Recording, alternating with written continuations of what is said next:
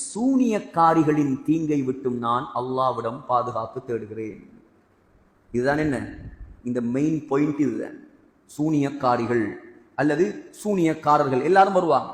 அந்நஃபாசாத் என்று சொன்னா அதுக்கு ரெண்டு அர்த்தம் இருக்குது. ஒன்று அந்நிசாஉ சாஹிராத் சூனியக்கார பெண்கள், அல்லது அந்நுஃபூசுன் நஃபாசாத் முடிச்சுகள்ல ஊதக்கூடிய கெட்ட ஆத்மாக்கள், ஆண் பெண் சூனியக்காரர்கள் எல்லாம் வருவாங்க.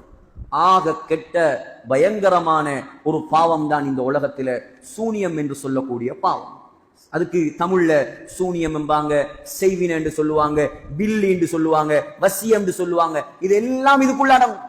இன்றைக்கு முழு உலகத்துடைய முஸ்லிம்களை மாத்திரம் இல்ல, அந்நியர்கள் முழு உலக நாடுகளுடைய கவனத்தை தன் பக்கம் திருப்பி வச்சிருக்கக்கூடிய ஒரு பயங்கரமான ஒரு கண்கட்டி கலை தான் என்ன இந்த சூனியம்.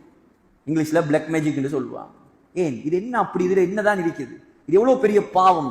புகாரில வருது, ஸல்லல்லாஹு அலைஹி வஸல்லம் சொன்னாங்க, இஜ்தனிபு அஸ்ஸபஅல் மூபிகாத், ஏ மக்களே உங்களை நாசமாக்கக்கூடிய 7 பாவங்களை விட்டும் தவிர்ந்து கொள்ளுங்கள்.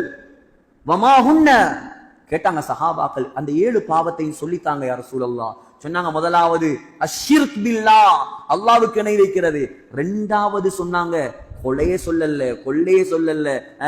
இரண்டாவது சொன்ன பாவம் வஸ்ஸிஹர், சூனியம். அவ்வளவு பெரிய பாவம். ஏன் அவ்வளவு பெரிய பாவம்? இந்த சூனியத்துல 70 வகைகள் இருக்குது. 70 வகை. அந்த 70 வகையும் சொல்ல போனா அதுக்கு ஒரு 7 நாள் தேவை. ஆகையால முக்கியமான ஒரு சில விஷயங்களை மட்டும் நான் சொல்றேன். அதுல முதலாவது வகை தான் என்ன? சிஹ்ரு தஃப்ரீக், அதாவது கணவனையும் மனைவியையும் பிரிக்கிறது. கணவன் மனைவி நல்லா இருந்தா சிலாக்களுக்கு பிடிக்காது, குடும்பமே பிரிக்கும். அல்லாஹ் குர்ஆன்ல சொல்றான், ஃபயதஅல்லமூன மின்ஹுமா மா யுஃபர்ரிகூன பிஹி பைனல் மர்இ வஸௌஜி. சுலைமான் அலைஹிஸ்ஸலாத்துடைய காலத்துல இருந்து இருக்காங்க கணவனையும் மனைவியையும் பிரிக்கிறது சூனியத்தின் மூலமாக. இரண்டாவது தான் சிஹ்ருல் மஹப்பா, அன்பை உண்டாக்குற. சொல்லுவாங்களே, சில ஊருக்கு போயிடாதீங்க, கோப்பியை ஊத்தி தந்துருவான், மரம் அங்கதான் உங்களுக்கு பொஞ்சாதி.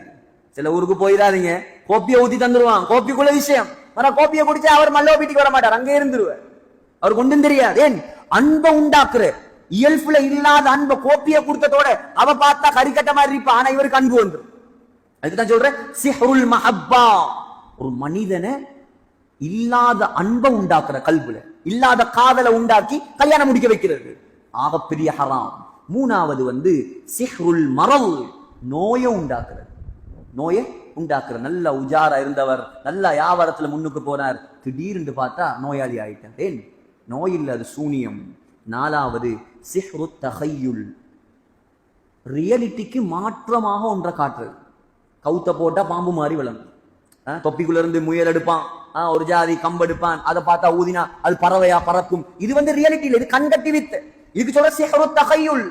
மூசா அலைஹிஸ்ஸலாத்துடைய காலத்துல என்ன? மூசா அலைஹிஸ்ஸலாத்துடைய காலத்துல சூனியக்காரர்கள் என்ன செஞ்சாங்க?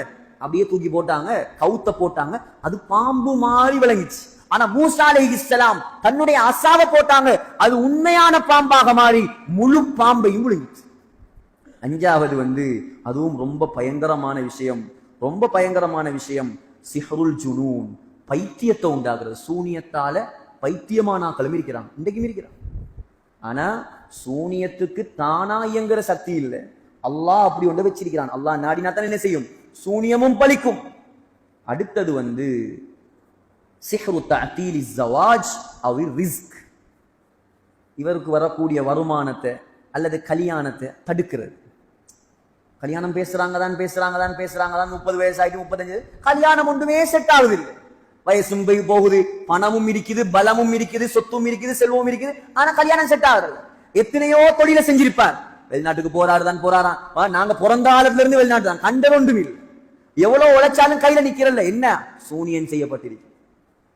நீ யோசிங்க, ஸல்லல்லாஹு அலைஹி வஸல்லம் உலகத்தின் தலைவருக்கே சூனியம் செய்யப்பட்டுச்சுண்டா நமக்கெல்லாம் பெரிய விஷயமா? அதுக்கு தான் என்ன செய்யற, எந்த நாளும் ஸல்லல்லாஹு அலைஹி வஸல்லம் காட்டி தந்தாங்க.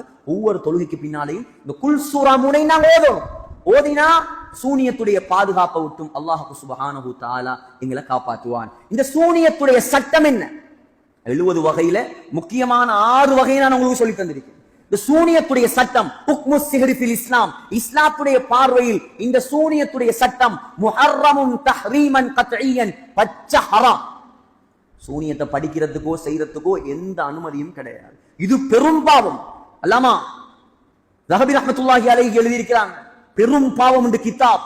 அந்த கிதாபுல பெரும் பாவங்கள்ல இந்த லிஸ்ட கொண்டாடுறாங்க சூனியத்துடைய.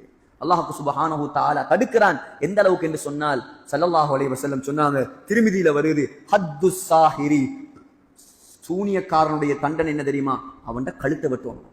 உமர் ரலியல்லாஹு அன்ஹு பஜாலா இப்னு அப்தா என்பவருக்கு கடிதம் எழுதினாங்க. அபூ தாவூத்ல வருது, உக்துலு குல்ல சாஹிரின் வ சாஹிரத்தின், யார் யாரெல்லாம் ஆண்கள்ல சூனியம் செய்றாங்களோ அவ்வளோ ஆம்பளையையும் கொல்லுங்க, யார் யாரெல்லாம் பெண்கள்ல சூனியக்காரர்களோ அவ்வளோ பெண்களையும் கொல்லுங்க.